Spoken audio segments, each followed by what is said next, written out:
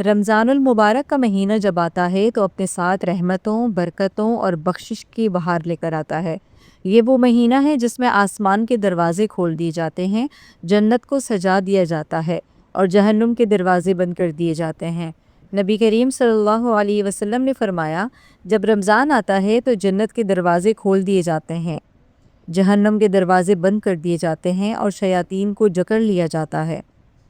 یہ مہینہ ہمیں موقع دیتا ہے کہ ہم اپنے رب کے قریب ہو جائیں، اپنی کوتاہیوں پر نادم ہوں اور نئی زندگی کا آغاز کریں۔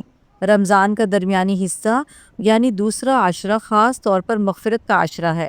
یہ وہ دن ہے جب بندہ اگر سچے دل سے جھک جائے تو اس کا ماضی معاف ہو جاتا ہے، اس کے گناہ مٹ جاتے ہیں اور اس کی تقدیر سنور سکتی ہے۔ اللہ تعالیٰ قرآن مجید میں فرماتے ہیں، قل یا عبادی الذین اسرفوا علی انفسہم لا تقنطوا من رحمت اللہ ان اللہ یغفر الذنوب جميعا۔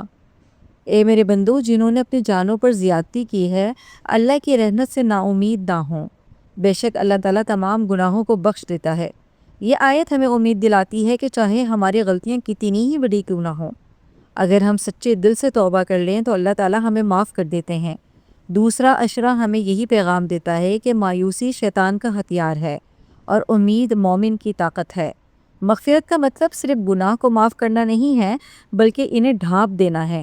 اللہ تعالیٰ اپنے بندوں کے عیبوں پر پردہ ڈال دیتے ہیں۔ نبی کریم صلی اللہ علیہ وسلم نے فرمایا، من صام رمضان ایمانا و احتسابا غفر له ما تقدم من ذنبہ۔ جو شخص ایمان اور ثواب کی نیت سے رمضان کے روزے رکھے، اس کے پچھلے گناہ معاف کر دیے جاتے ہیں۔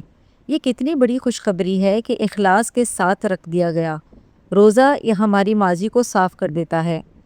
لیکن سوال یہ ہے کہ کیا ہم صرف بھوکے پیاسے رہ کر مغفرت کے مستحق بن سکتے ہیں؟ روزہ صرف کھانے پینے سے روکنے کا نام نہیں ہے، بلکہ یہ نفس کی تربیت کا نام ہے۔ اللہ تعالیٰ فرماتے ہیں، یا ایھا الذین آمنوا کتب علیکم الصیام کما کتب علی الذین من قبلکم لعلکم تتقون۔ اے ایمان والو، تم پر روزے فرض کر دیے گئے ہیں جیسے تم سے پہلے لوگوں پر فرض کر دیے گئے تھے، تاکہ تم تقوی اختیار کر لو۔ تقوی دراصل دل کی بیداری کا نام ہے۔ یہ احساس ہے کہ ہمیں اللہ تعالیٰ دیکھ رہا ہے۔ جب یہ احساس پیدا ہو جائے تو انسان گناہ سے خود بخود رک جاتا ہے۔ دوسرے عشرے میں ہمیں اپنی اصلاح کی طرف خاص توجہ دینی چاہیے۔ اصلاح کا مطلب ہے کہ اپنے اندر جھانکنا، اپنی کمزوریوں کو پہچاننا اور انہیں دور کرنے کی کوشش کرنا۔ سب سے پہلے ہمیں اپنی نمازوں کا جائزہ لینا چاہیے کہ کیا ہم 5 وقت کی نماز پابندی سے ادا کر رہے ہیں۔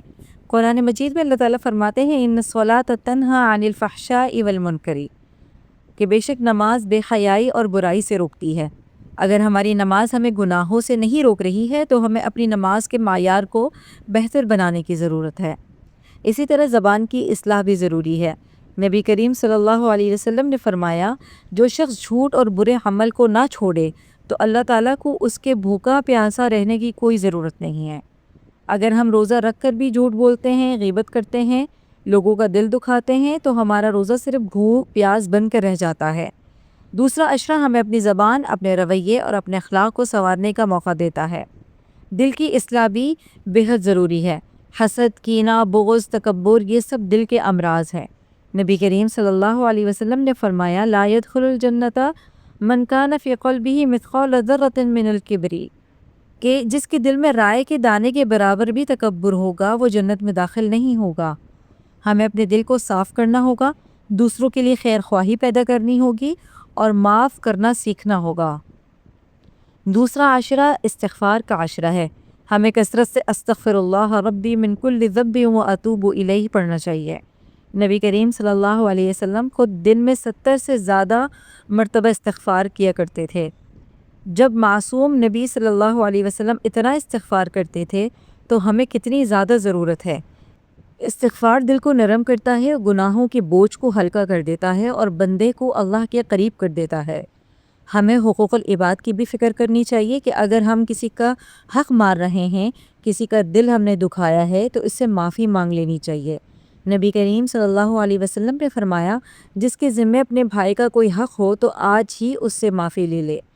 قیامت کے دن نہ دینار کام آئیں گے نہ درہم، وہاں نیکیاں ہی بدلے میں دی جائیں گی۔ اس لیے رمضان میں دل کو صاف کرنا بہت ضروری ہے۔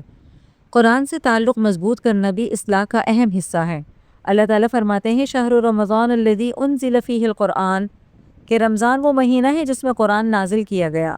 اگر ہم روزانہ قرآن کی تلاوت کریں، اس کا ترجمہ پڑھیں اور اس پر عمل کرنے کی کوشش کریں تو ہماری زندگی بدل سکتی ہے۔ قرآن صرف پڑھنے کے لیے نہیں ہے بلکہ سمجھنے اور عمل کرنے کے لیے نازل ہوا ہے۔ دوسرا عشرہ ہمیں امید دلاتا ہے کہ ابھی وقت باقی ہے۔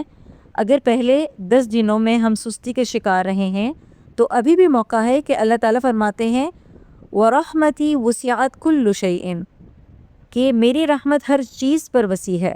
ہمیں بس سچے دل سے پلٹنا ہے، اپنی اصلاح کے لیے عملی قدم اٹھائیں۔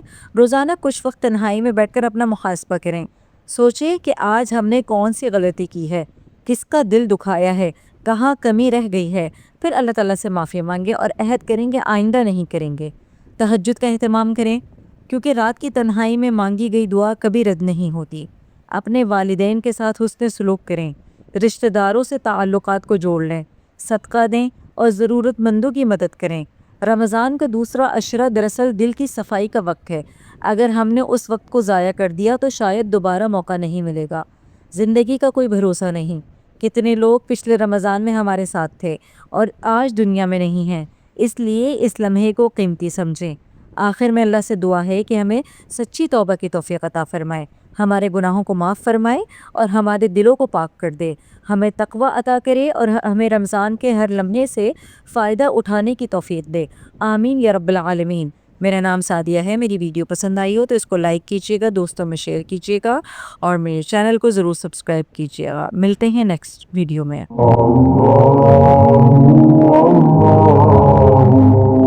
اللہ